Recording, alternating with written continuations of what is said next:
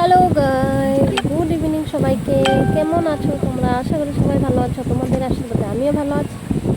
আর সবাইকে শুভ বিকেল শুভেচ্ছা জানাচ্ছি। আমাকে জানিয়ে দিও যে আমার ভিডিও দেখো। তারপর দেওরকে বলেছিলাম একটু ফোন করে যে একটু মাছ নিয়ে আসবে, একটু মনের মতো ছোটো মাছ নিয়ে আসছিলো। তারপর ছোটো মাছের জন্য তৈয়ারি করছি, কী দিয়ে বানাবো এটা আমি আমার জন্য বানাচ্ছি, আর মা মার জন্য বানাবে ওদের জন্য। তো এটা আমি আর আমার হাজব্যান্ড শাশুড়ি মা খাই, মানে একটা পছন্দ করে, মানে মনের চাইলে খায় এটা, মানে যে ভালোবাসে এমন না, তাদের ফেভারিট যেটা এটা মা বানিয়ে দেবে, বাকি আমি আমারটার মতো বানিয়ে নিলাম। তো আমার এমনি ভালোই হয়েছিল, খারাপ হয়নি, টেস্টি হয়েছিল।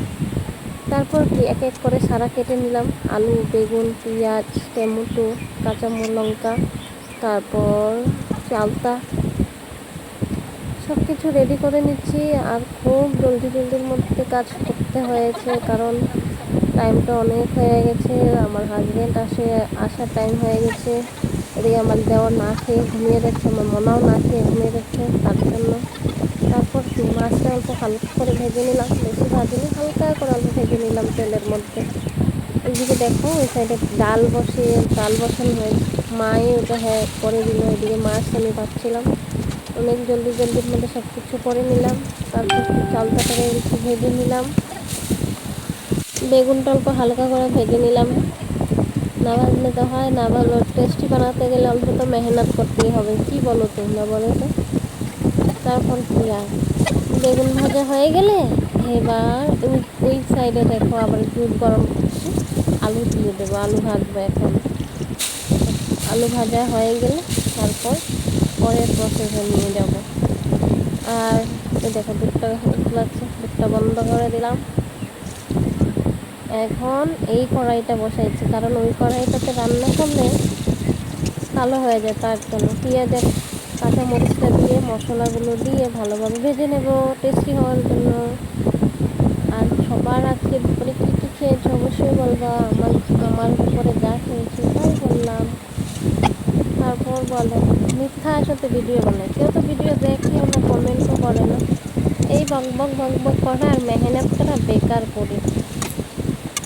কী যে হবে, কেন যে বানাই, কী যে শখ, কী যে কবে যে এই মেহনতের ফল পাবো, কবে যে কষ্ট থেকে বাঁচবো, কবে যে নিজের সব ঠিক হয়ে যাবে, কবে যে আগে যাব ভগবানই জানে। ভগবান আমার দিকে তাকায় না নাকি?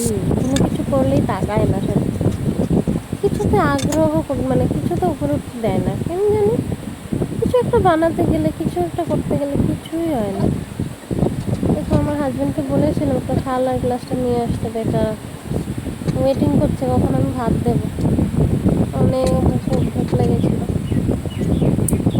জানি না কেন এত ভিডিও বানানোর পরে কিছুই হচ্ছে না। প্লিজ আমাকে কেউ বলে তো, কোনো টিপস আছে কারো কাছে যে তুমি ভাইরাল হয়ে যাবা, তোমার ভিডিও অনেকজনে দেখবে, তোমাকে অনেক মানুষ ভালোবাসবে, লাইক দেবে, কমেন্ট দেবে, শেয়ার করবে, এসব কিছু টিপস আছে তোমাদের কাছে? আমাকে শেয়ার করো না। যারা যারা ভিডিও বানাও তারা একটু বলো না। সবাই তো আমার মতনই আছে, আমি কী করবো, কিচ্ছু ভালো লাগে না, মনটাই খারাপ হয়ে যায়। কবে যে আমার কাজগুলো সবাই দেখবে,